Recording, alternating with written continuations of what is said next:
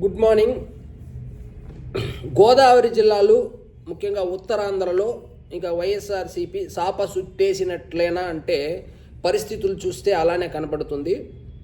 ఇందులో ఒక ఉత్తరాంధ్ర గోదావరి బెల్టే కాకుండా మిగిలిన నియోజకవర్గాల్లో కూడా గత ఎన్నికల్లో పోటీ చేసినటువంటి వైఎస్ఆర్సీపీ తరపున పోటీ చేసినటువంటి అభ్యర్థులు కావచ్చు, అంతకుముందు ఎమ్మెల్యేలుగా గెలిచినటువంటి అభ్యర్థులు కావచ్చు, వైఎస్ఆర్సీపీలో కీలక పదవులు అనుభవించిన వాళ్ళు కావచ్చు, వైఎస్ఆర్సీపీ వీడడానికి రెడీగా ఉన్నారు.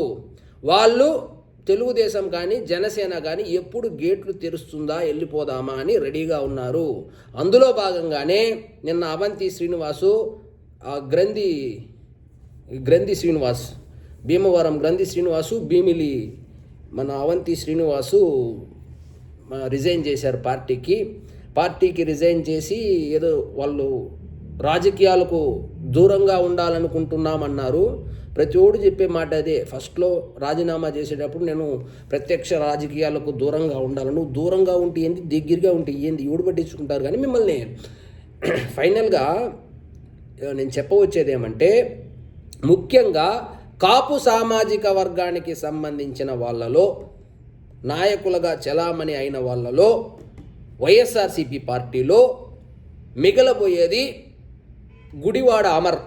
అతన్ని ఎవరు తీసుకోరు. ఎందుకంటే ఆంధ్రప్రదేశ్ చరిత్రలోనే చెత్తగా ఓడిపోయినటువంటి చెత్త నాయకుడు అనేటువంటి బ్రాండ్ వేసుకున్నాడు. 92-93 వేల ఓట్ల తేడాతో ఓడిపోయాడు. కాబట్టి పెద్దగా ఆయన్ని తీసుకున్నా కూడా ఒరిగేదేమీ లేదు. కాబట్టి ఆయన్ని ఎవరు తీసుకోరు. కాబట్టి వైఎస్ఆర్సీపీలోనే కొనసాగే అవకాశాలు ఉన్నాయి. ఇక మన అంబటి రాంబాబుకు ఈ భూమండలం మీద ఎవరైనా ఎమ్మెల్యే టికెట్ ఇస్తారు అంటే అది జగన్మోహన్ రెడ్డి. ఆయనకు మధ్య సంబంధాలు ఏమున్నాయో మనకు తెలియదు. కానీ అంబటి రాంబాబుకు ఆఖరికి ప్రజాశాంతి పార్టీలో కూడా ఎమ్మెల్యే టికెట్ ఇవ్వరు. అట్లాంటిది ఆయనకి ఎమ్మెల్యే సీటు కావాలన్నా లేదా పదవులు కావాలన్నా ఆయన సచ్చినట్లు వైఎస్ఆర్సీపీలోనే కంటిన్యూ అవ్వాల్సిందే. ఆఖరికి ఇద్దరు కమ్మ సామాజిక వర్గానికి సంబంధించిన నాయకులు కూడా ఆల్రెడీ టీడీపీ టార్గెట్ చేస్తున్నటువంటి నాయకులు కూడా ఈ మధ్యకాలంలో జనసేనలోకి వెళ్తే ఎలా ఉంటుంది అని చెప్పి కార్యకర్తలతో అంతర్గత సమావేశం పెట్టినట్లు కృష్ణా జిల్లాలో మార్కెట్ పొలిటికల్ సర్కిల్లో గుసగుసలు వినపడుతుంది. బహుశా ఆ ఇద్దరిని కూడా జనసేన పార్టీలో చేర్చుకునే అవకాశాలు అయితే నాకు కనబడడం లేదు.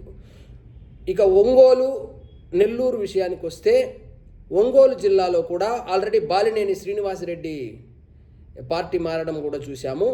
ఒంగోలు జిల్లాకు సంబంధించి చాలామంది నాయకులు తెలుగుదేశంలో ఆల్రెడీ వెల్ ఎస్టాబ్లిష్డ్ లీడర్షిప్ ఉంది. కాబట్టి ఈ నియోజకవర్గాల పునర్విభజన వచ్చే అవకాశం ఉంది. కాబట్టి పెద్ద నియోజకవర్గాలు ఏవైతే 2 నియోజకవర్గాలు అయ్యే అవకాశాలు ఉందో అక్కడ జనసేనలో జాయిన్ అయ్యి అక్కడి నుంచి మనం టికెట్ ఆశిస్తే ఎలా ఉంటుంది, సో ఒకసారి ఒక రాయి వేద్దామనే ఆలోచనలో ఉన్నట్లు సమాచారము.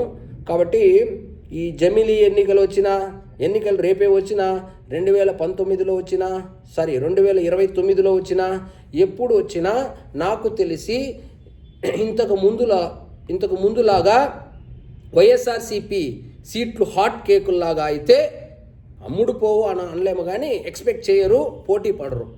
సో ఫైనల్గా మిగిలేది ఈ బ్యాచ్ ఎవరైతే తిట్టినారో పేరుని నాని, మన రోజా కూడా ఈ మధ్య ఏదో పక్క చూపులు చూస్తుంది అని వినపడింది. కానీ ఆమెను కూడా ఎవరిని చేర్చుకుంటారని నేను అనుకోవడం లేదు.